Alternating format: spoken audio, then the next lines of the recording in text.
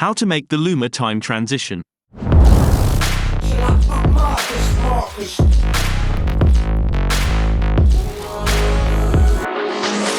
Today's video is sponsored by the brand I grew up wearing.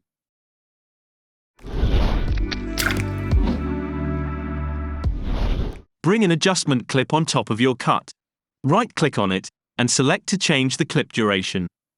Make sure that you have the frame selected, and set it to 18 frames. Right-click on it again and select to open it in the Fusion page. Add a merge node. Bring a time stretcher node in empty space. Connect your clip to this, and drag it to the left viewer. Double-click to the source time to reset it, right-click on it and select expression. Type down this simple random expression.